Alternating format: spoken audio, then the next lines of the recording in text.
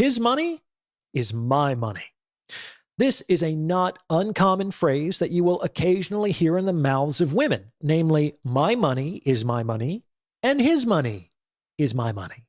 That is, the money that I, the woman, earn through my own effort and labor is my own, and no man has a right to determine to what uses it is spent.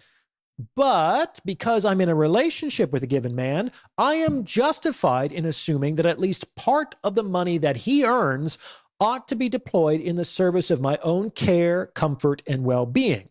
This is a proper and expected use of his resources. Now, this is entitlement in the most literal sense, in that such women believe they are enacting a natural right and that nothing could be more reasonable and just. And I'm here to argue that this is not, in fact, a fair or reasonable expectation at all. And today, I'm going to help people, men and women, understand why this is the case. I don't think you've heard this argument before. It goes well beyond a simple question of female delusion. To begin with, let me ask women a complimentary question.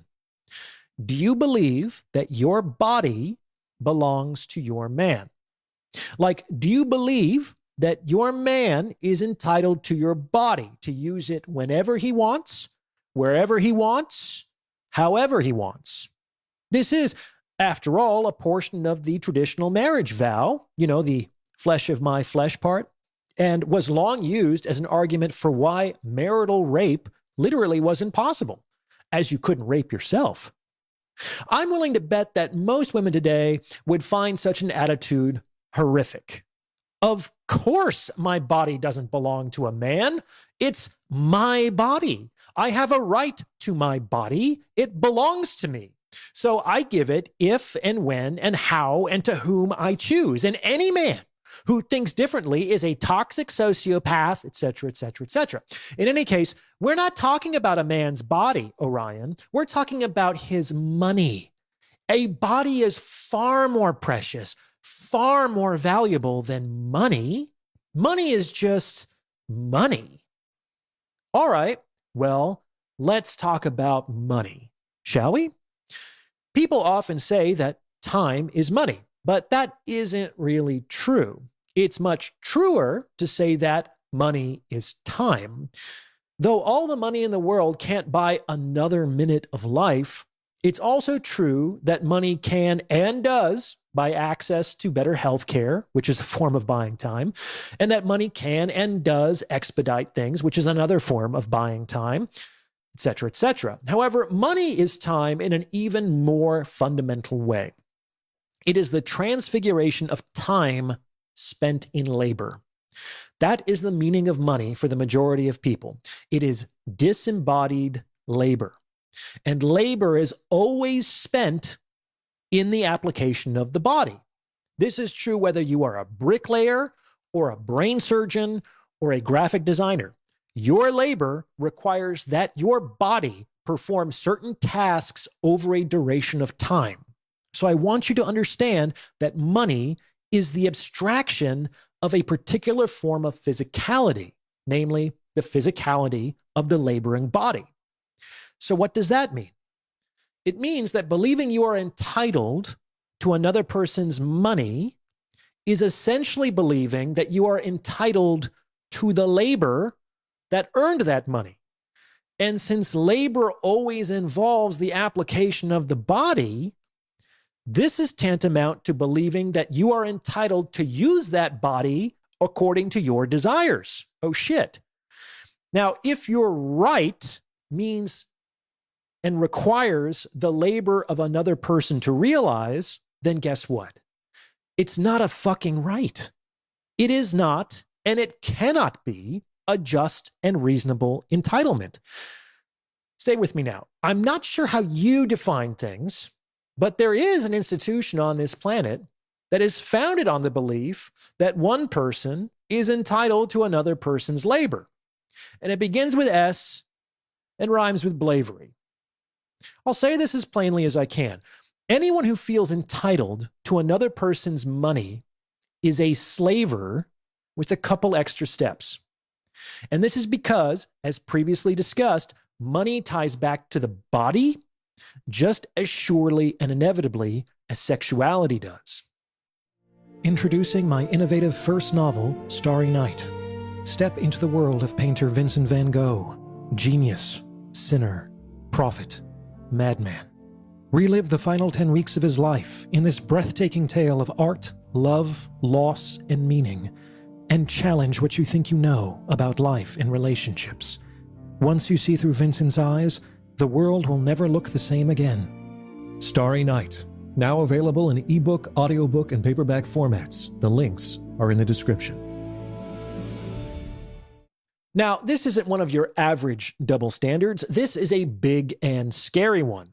Just as we collectively believe, correctly, in my opinion, that men are not entitled to use the bodies of women without their consent, even if the bodies in question belong to their wives, we must collectively stamp out the belief that women are entitled to the resources of men, even if they are their husbands, simply because they are in a sexual relationship with them. Both ideas presume ownership over another person's body for a specific purpose. This is dangerous because the desire to control another person's resources always, always, always, always, always masks a desire to strip them of their freedom. Money and freedom are very closely related to each other in more ways than one.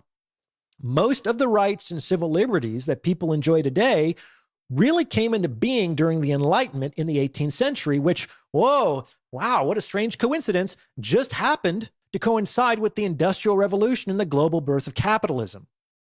Capitalism and liberal democracy are really two sides of the same coin. The one preserves the other. And it's actually pretty easy to demonstrate why this is the case. You've heard of fuck you money, right? Fuck you money is possessing enough money that you feel free to walk away from any situation or relationship that doesn't serve you anymore. You don't need any given job or relationship. So if they piss you off or do you dirty, you can tell them to just fuck the right off. Now, what happens if I take away some of that money?